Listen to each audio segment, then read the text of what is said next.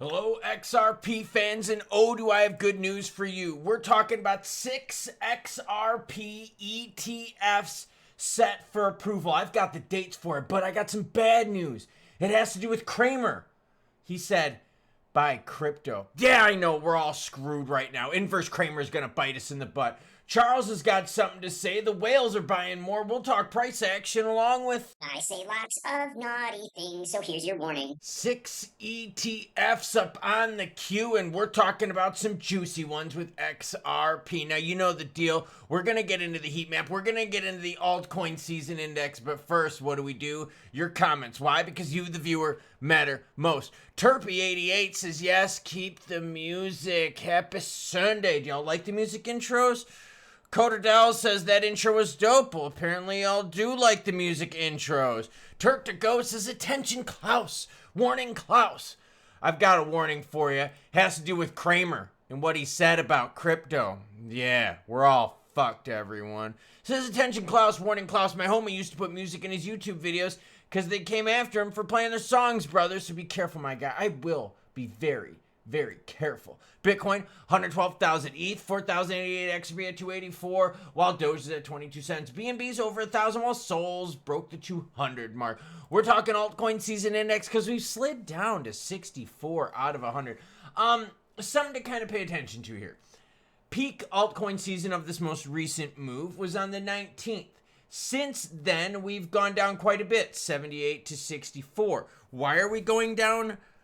Government issues, spending budget issues. That's been the reason for this decline. Now, that being said, still the majority of our favorites out there are beating BTC. BTC up 5% in the last 90 days. Some of our favorites like XRP up 30%, HBAR up 45%, XLM up 54% in the last 90 days. So how are we screwed? It's pretty simple. Cramer posted on Twitter, showed a sign of national debt, 37.6 trillion, and this is what he says. Buy crypto. So are we all fucked right now? I mean, did Cramer just totally screw us up and say buy crypto? Because we know every time Cramer says something, the market does the opposite. It's the inverse Cramer action. Sailor's buying more. He says, screw Cramer. I'm going to listen and do my own thing. Well, I mean, Cramer did say buy crypto, so he's kind of following him. Michael Saylor's Strategy, the world's largest public holder of Bitcoin, added more, but not much more. Strategy acquired another 196 Bitcoin for $22.1 million. The purchase was made at an average price of $113,000. All right, kind of at a loss already, but that's okay. Then, guess what?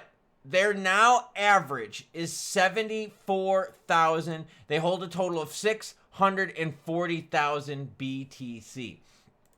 Don't believe me? Well, guess what? I've got the SEC filing right here because, as always, any article you see in this video and all my other videos, they'll be linked in the description below. Yeah, you can actually see how much they got rid of the MicroStrategy shares, how much money they raised, how much BTC they bought. It's something you could look up. Now, Charles says that Cardano is sound money. And that Cardano is as decentralized as BTC. Cardano founder Charles the Knob Gobbler Hoskinson has reignited the debate in crypto with bold claims on X, declaring Bitcoin and Cardano to be the only true examples of decentralized sound money. His argument is based on the fact that Bitcoin is peer-to-peer money and Cardano is involved with a model with built-in governance, scalability, and sustainability. Charles says Bitcoin and Cardano are decentralized sound money. I don't know about that, my guy.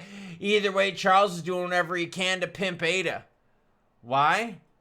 Because it's under 80 cents. And it really hasn't been doing much as of late. In fact, if we go and search ADA, let's do that right now because we are good noodles on this Monday morning. You could see what, everyone?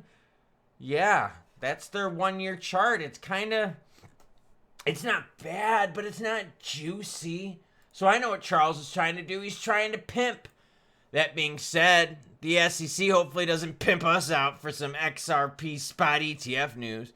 The SEC's October calendar brings 6 XRP ETF verdicts in 1 week. Yeah, this is huge. This is the big calls on ETFs. The agency will decide whether 6 of the XRP products can move forward, and those rulings will show how far the door is opening beyond BTC and Ethereum. You ready for the dates? I got it, kiddos. It's all down below. Between October 18th and 25th, the SEC will decide on 6 separate ETFs. The order is fixed. Grayscale is on the 18th, 21 shares on the 19th, Bitwise on the 22nd, Canary Capital and CoinShares on the 23rd, and WisdomTree on the 24th. So the 18th to 25th, y'all better be ready because we got lots of juice for XRP. I wonder if I'm going to be around on those dates. This cluster matters because it falls under the SEC's new generic listing standards. The system replaced the slower case-by-case model used in past cycles. If any XRP fund clears approval, it should show that altcoin ETFs can move through the same faster channels that Bitcoin used earlier. Ooh, okay. So, we also got other listings with Litecoin and Dogecoin coming up too in the next several weeks. Overall volume in the crypto market is up 54%. This last weekend was very, very slow to $143 billion. Fear and greed, we're in the fear right now at 39 out of 100. Market cap for cryptos at $3.85 trillion. Gonna be keeping an eye on the inflows and outflows because as this government crisis looms, we've got a couple days. I'm expecting more outflows. That being said, XRP's price is seeing a little bit of a resurgence here. In the last 24 hours, we're up 2.7%. Yes, we did break 290, but we haven't been able to hold in that action. We've pulled back since 285. Volume for XRP is up from the low weekend. Yes, it was a little boring weekend. Up 42% to $4.2 billion. I like that. Now, XRP, as I've stated, is going to stay very range bound. I'm believing below the $3 mark until we get the news regarding government shutdown. If these players want to shut down, we're dropping. Prices are dropping. If all of a sudden they come up with some sort of agreement, we're going deeper into green, baby. And then what happens? We start talking about rate cuts. We start talking about regs, and we start talking about ETFs. Bullish news for crypto on top of even poopy news from Kramer that said buy crypto. He should have said like sell crypto or don't get in. We would have freaking rallied to the moon this morning if that would have happened. So Kramer said buy crypto, and that's exactly what Michael Saylor did. He bought some BTC.